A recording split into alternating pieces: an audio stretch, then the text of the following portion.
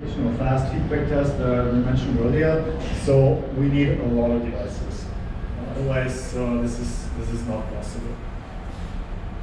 So starting from the very first test that you write, maybe one simulator or one real physical device connected to your notebook, you basically have two options to scale. One is you buy a couple more devices and put them in an in-house on-premise device lab, or you or you go with one of these guys. So these are all cloud services that offer real physical mobile devices that you can use for your testing. That's probably not all of them, but I think it covers the most important, or the bigger ones. With AWS Device Farm, Browser Stack. The blue one is Bitbar, then Source Labs. So someone just talked to me, they're using that, and pCloudy. And we did quite a thorough POC with almost all of them, and we have quite a bit of experience with two in particular. So I want to talk a little bit about the pros and cons of these two approaches, on-premise and paying for a cloud solution. So if you host everything in your own office, the pros obviously is you have full control. You can do whatever you want. Number of devices, which devices you want. When a new device comes out, you can buy it, you can hook it up to your device lab, and you can test on that. So you can always update to the latest flagship devices, or you can get some more obscure device types that maybe the cloud providers don't have. Also, when it comes to software libraries, you can always update to the latest version. You don't need to wait for someone to support Appium 1.8 or 1.9, maybe a couple of months after it comes out. You can update whenever you're ready. With that, with full control, comes also a lot of maintenance work. You have a lot of flexibility, but you need then also maintain them. You need to replace devices, you need to fix all sort of issues, and there are going to be quite a few, and you're responsible of the infrastructure. On the other hand, for the cloud services, there is no maintenance required. I mean, there is a lot of maintenance, but it's done by someone else. That's basically what you're paying for. It's a fixed cost. With the on-premise one, there's a lot of more hidden costs that you don't see at the start, because you need to buy new devices, you need to spend lots of hours, which is also cost, manpower to keep it running. And another big factor is that most of them, they have pretty good support. Because again, it's a paid service, so you're eligible to good customer support. On the downside, you lose some of the flexibility. Like if you're particular what devices you want to test on, you're depending on which devices the provider offers you. And also mention the software update cycle. Yeah, they will update whenever they feel like it's correct to do. For example, AWS Device Farm, they're still on Java 8. I think we're version 12 now. So that's something you need to be able to live with. Now once let's look a bit more into the different approaches to cloud testing. There are two main ways you can do that. The first is what I call client-side execution, and that is what most of the vendors out there are doing now. So the example is with Selenium, or Appium in that case, but it's the same for different technologies. So basically how it works, you upload your app to that service, and then you create a WebDriver instance that connects to the cloud. And then you can execute your test pretty much as before. Examples for that would be Browser Stack, Source Labs, pCloudy, I think Bitbar as well. As far as I know, almost all of them. There is another approach. This is what AWS is doing on their public cloud. And that is, you don't only just upload the app. Obviously, you need to upload the app anyway. But you also take your tests, everything you need to run your tests, your test code, your framework code, all the third-party libraries that your test framework needs. You package it all together and you upload to AWS Device Farm. Like one huge zip file. I think in our case it's 150 megabytes big.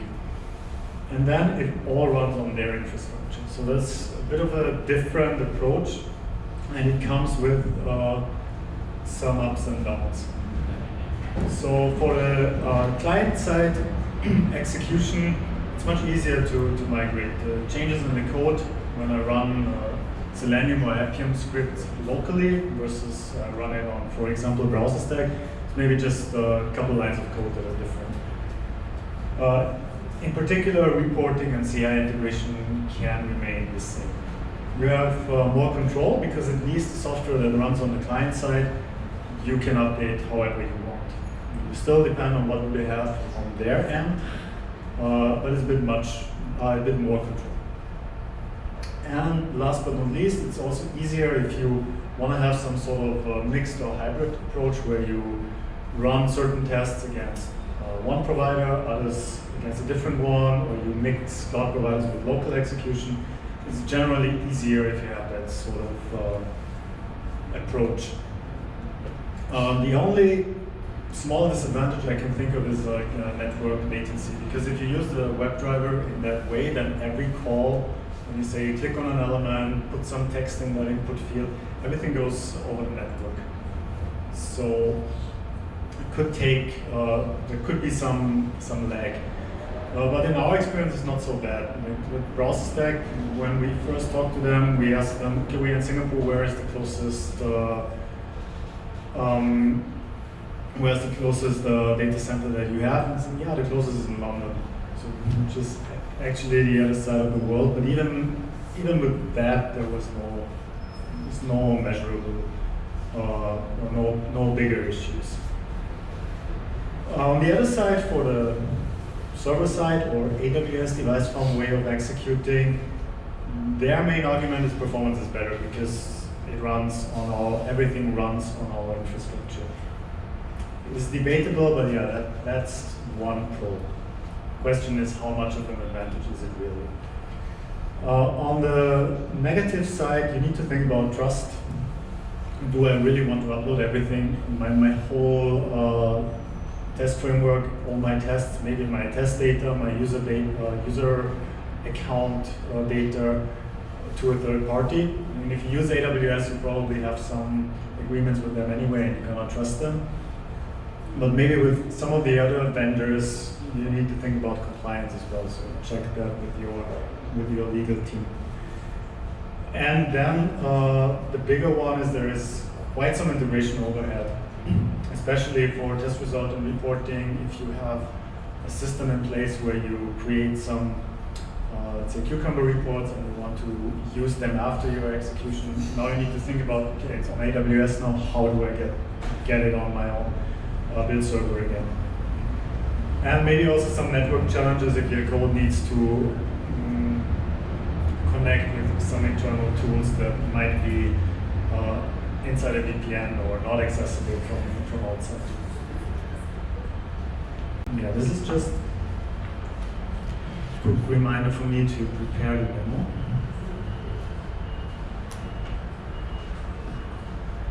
So factors to consider when you select which cloud provider to go with, if you want to go with one. First and foremost, what's your use case? You need to understand what you want to achieve. How many tests do you want to run? How often do you want to run the test? Is it more important that the tests are stable, or do they need to be stable and fast? You have a use case, the fast feedback tests, where speed is very, very important. We ran into some issues with some of these solutions. Yeah, that's the second point actually, parallelization. When you talk with the vendors about parallelization, there are different understandings of what does it mean. So one use case would be, how can you distribute n number of tests across n devices? So let's say you have 100 test cases and I have 10 devices. how can I distribute them? So I want each test to run only once, but I don't care on which device. I just want the results of these 100 test cases as fast as possible. That's why I distribute across 10 devices. This is something in our experience that most of these vendors do not support out of the box. This is a more advanced use case. In my opinion, it's a very basic use case, but neither BrowserStack nor AWS were like, yeah, this is easy and this is how they do it. So we had to think about this ourselves. The other one is, how can I run n tests on n devices in parallel so that each test runs on every device? So I have my test suite and I want to make sure it runs on the Google Pixel, on a Samsung Galaxy S7, on like 10 different Android phones, or same for iOS. This is something that is generally much better supported, probably because it's easier to do. So think about which one you need, or do you need both, and then use that as a criteria for which cloud platform you want to go. Another important point is what sort of time constraints do you have? What is the expectation about execution speed, waiting times? When I run my test once a day, nightly release candidate, and I want to verify that, then it doesn't really matter if I need to wait for a device for 15 minutes. I have the whole night to run my test. If it takes 4 hours or 4 hours and 20 minutes, it doesn't really make a big difference. On the other hand, when I run my test multiple times a day, maybe for every pull request, and the developer waits for the results, and we have, our goal is to return within 20 minutes, then obviously this is highly time critical. And again, different cloud vendors support these use cases differently well. Then yeah, client versus server execution mode, maybe you can already guess which one might have some challenges when it comes to time-critical use cases. Then another very important one, in my opinion, is API support, because most of these tools, they will not support your use case right away out of the box, but if they have a good API, you can work around this and customize it and make it work for you. Then, of course, cost. What kind of pricing models do they have? Also, quite some differences. So you need to have conversation with them and see which model suits you best. And I put that as well. What are your future use cases? Because if you sign a contract with, let's say, BrowserStack, for BrowserStack, for example, it gets cheaper if you sign a 2-year contract than a 1-year contract, and others have that as well. So if you make a 2-year commitment, you should know what you want to do next year or 2 years from now, and not just, okay, this is my use case now. You should be a bit forward-thinking and see, does this vendor support where I want to be a year from now? So you need to understand how fast and how much do we want to scale. We're talking about device models. For Carousel, for us, in our strategy, it's more important to be able to test fast. So for fast feedback tests, I don't even care what kind of phone it is. We run everything on Google Pixel and I think iPhone 7. Because for functional testing, the differences are not that big. If it's important to you to verify against multiple devices, we still do that for our regression tests that run once a day, but not for fast feedback. Then you need to consider, okay, which devices do I want to test on? So this is basically the answer to that Kahoot question. Which are the most common device vendors in Taiwan? Apple and Samsung, and with a little bit of a little further behind, HTC, Asus. So you need to understand what is your target market and what kind of phones are used there. Or you make a conscious choice that it doesn't matter and you just test on a handful of devices. So when I first looked into that for some other presentation, actually Huawei surpassed Apple as the #2 mobile device player. And if you look at what kind of phones you get on AWS device phone, on Browser Stack, or on all these other platforms, I don't think any of them have a large number of Huawei phones. Maybe something to think about. If that's the number 2 player out there, do we want to test against that? And then obviously, if you're not looking at a global picture, but you're maybe in some smaller market, it's also interesting to look at, okay, what's happening in India? 20% are Xiaomi phones. Myanmar is a very small market, but still has very different distribution of devices. And then there's some niche vendors like Pakistan or Bangladesh has Q Mobile or something that I've never heard of them before. I researched this, but with 14% market share, if you want to target that market, you might want to make sure your app at least works on these kind of phones. And now, if we look at 2 of the bigger players, AWS Device Phone doesn't have any Huawei, Xiaomi, Oppo, or Vivo models in their public cloud. They have a lot of devices, but they don't have any of those. Browser Stack is the same, but Browser Stack has a bit of a different approach. They, in general, have very few models, but they guarantee that if you select the device and you want to run your tests against that, you will get it 100% of the time, so you never need to wait. And they do this by having just insanely amounts of each of these phones. So it's a bit of a different strategy. If you're depending on some of the more obscure models, or maybe not so much Xiaomi, Oppo, Vivo, that would be reasonable to test against those, then maybe you want to look at something like P-Cloudy or Bitbar, who have some of these phones. But then the downside of that is they usually have maybe 1 or 2 of each of these. So if it's time critical, you might not get it because you need to wait for that device. So maybe what we are thinking of now, maybe we need to have like a hybrid approach where we have one provider for the mass executions where we don't care which phone it is, and then we have another one where we can, if there's a specific bug that only happens on certain devices, where we can verify that. Or you have something like Browser Stack for your main test execution, and then you just buy some of these smaller phones from smaller vendors for in-house. Okay, I want to finish with the demo. So I just already triggered it for AWS. Start it again. I'm actually talking so much that it finishes already. So what we're going to do, we run the same test on AWS Device Phone and on Browser Stack, and I'm also going to run it locally so you can compare. So on AWS, just triggered it again. You need to package our tests and upload it. We upload the APK file. We're doing a test for Android.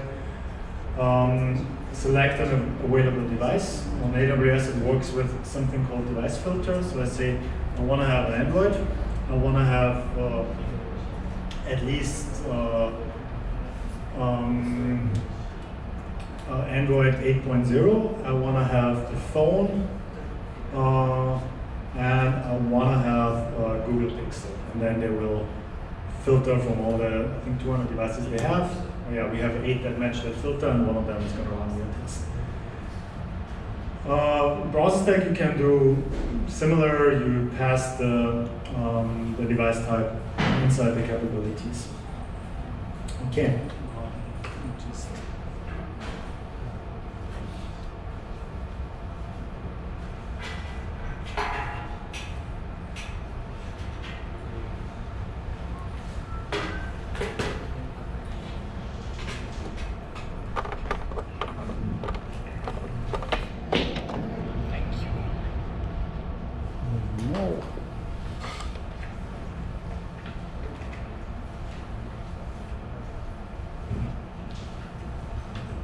Okay, this is the part we have not tested. Okay, you can see for AWS Device Phone it's already running. And so I'm basically checking the result every 10 seconds and see when it's done. I'm gonna trigger the same for browser stack. I put all the code behind this is all on GitHub. We will share the link after the presentation. So we're using the same framework to run the same test, basically just a login test against all these different platforms. So for browser stack, I'm not uploading the app package again. I'm using one that I uploaded previously, so that wouldn't take too long.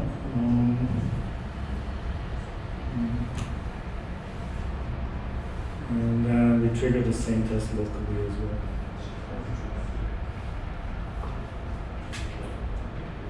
So we're doing the test case which Abi told us we don't have to do for every scenario, we need to log in, but once we need to test login because we also want to know if it works.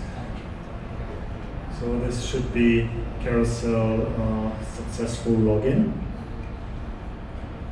So locally, we just connect to WebDriver that uses Appium to automate the emulator that I run locally. So it should take around maybe 40 seconds with setup and tear down. Yeah, even faster, 31. Let's look at browser stack. And browser stack also is quite fast because there is obviously a bit of an overhead when you find it.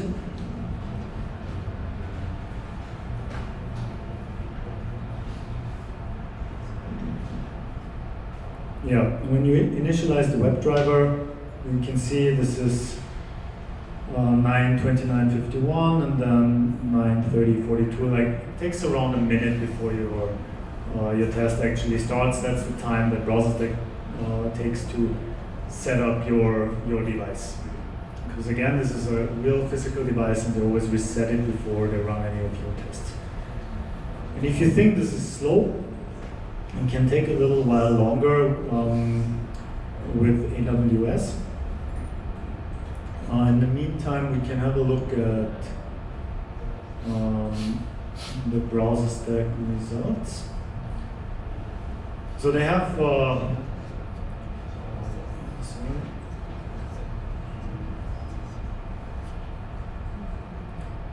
they have a little bit of reporting and test results on their own platform.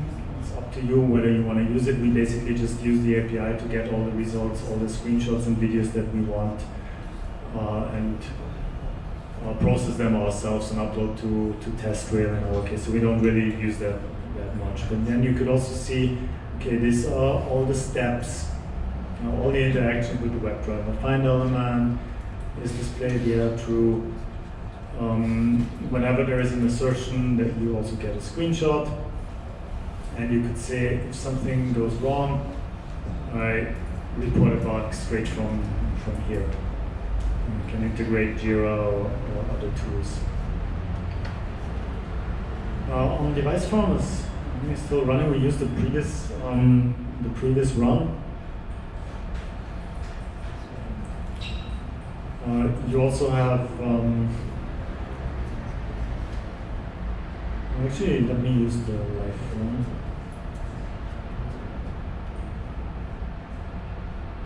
So we chose a Galaxy S9. And yeah, what is quite nice about some of these tools that you get a live video where you can watch the test while it's executed. Maybe for us it's more interesting to get the video afterwards and then see, okay, if the test fails, then it's easiest to identify the issues if you have a video. So the overhead here is, it takes a little bit longer than browser stack to set up the device, and then we do some setup of our own. And we say, I don't want to use Java 8, so let's install Java 12 manually, and it also adds a little bit of extra time. I'm not going to wait for that. look at the results here. And basically, yeah, altogether takes roughly about 7 minutes. And then, maybe to sum this up, something to think about. I don't want to do any bashing of any of these providers. We have good use cases for all of them. So AWS Device Farm is a very solid and valid tool, but you need to think about what is your requirement. If I just do regression testing once a day, this is perfectly fine. It doesn't matter if it takes 3 minutes to set up the device. For fast feedback test, maybe not ideal, because you just waste a lot of time. So in general, it's better if you have a lot of tests, maybe a lot of tests that take a little bit longer in one run than have shorter ones in separate runs. Because yeah, the more often you need to set up a device, the more time it's gonna take. But yeah, bottom line, again, think about what is your use case, play around with it. Most of them have free demos. Process Tech, I think, gives you 100 minutes. You can ask for more if you need more time. AWS gives you 1,000 minutes to play around with. And yeah, I think the same for Sauce Labs and Peak-Lottie. So they all are good tools for the right use case. So the work that we had to do was figure out what is the best one for what we want to achieve. Yeah. And that's all. If you have any questions, I'm happy to answer.